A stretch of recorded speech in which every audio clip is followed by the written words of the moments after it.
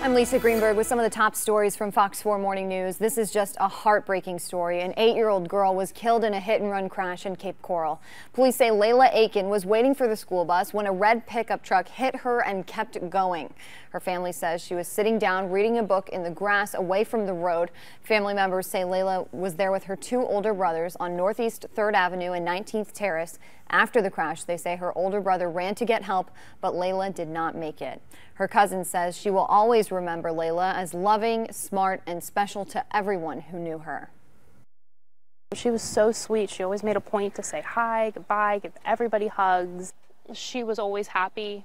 Every time you saw her, there was a smile on her face, and just a pleasure to be around. Now, neighbors say more needs to be done to protect children who wait at that bus stop.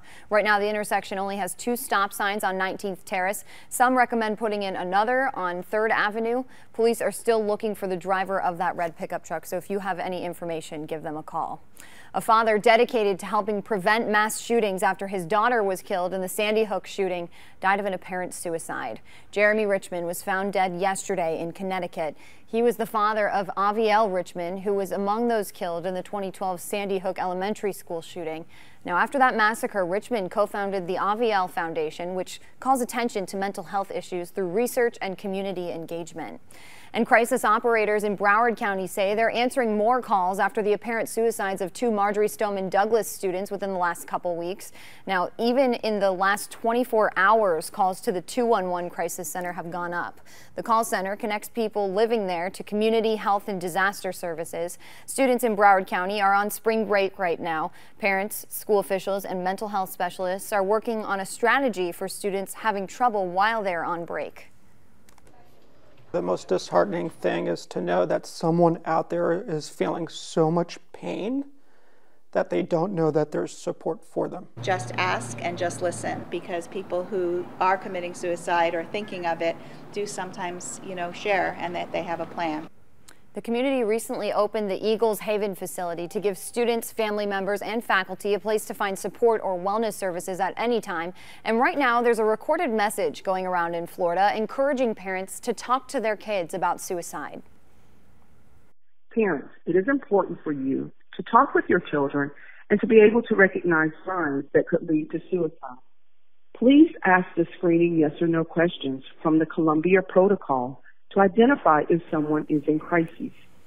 The message goes on to say parents should not worry that asking about suicide will put the idea into their child's mind.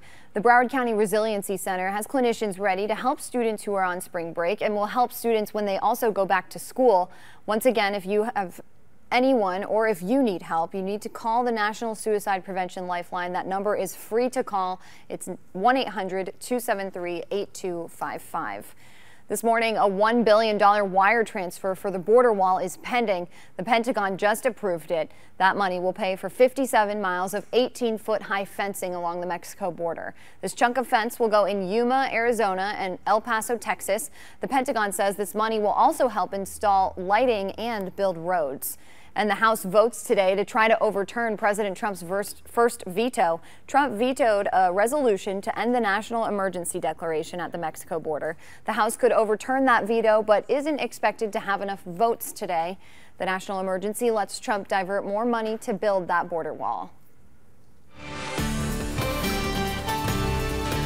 Sunny and warm for your Tuesday. We will have a few more clouds mixing in with the sunshine as we head into this afternoon, but overall really beautiful today. We're watching a cold front. It should pass overnight into tomorrow morning, but that'll pick up the breeze a little this afternoon. Although our temperatures won't see much of a difference until tomorrow. Highs today still make it to the low 80s. You see that mix of sun and clouds through the first half of your Tuesday. Second half of your Tuesday, we're clearing out as those breezy winds pick up. And heading into Wednesday and Thursday, we will still see a little drop in high temperature, but just to the upper 70s. So the beach weather not going anywhere. What you will notice tomorrow and Thursday are the windy conditions. Winds will be 10 to 20 miles per hour with gusts up to 25. We'll warm back to 80 just in time for the weekend, though. That was a check of today's top headlines and your Storm Shield forecast. For more, log on to fox4now.com.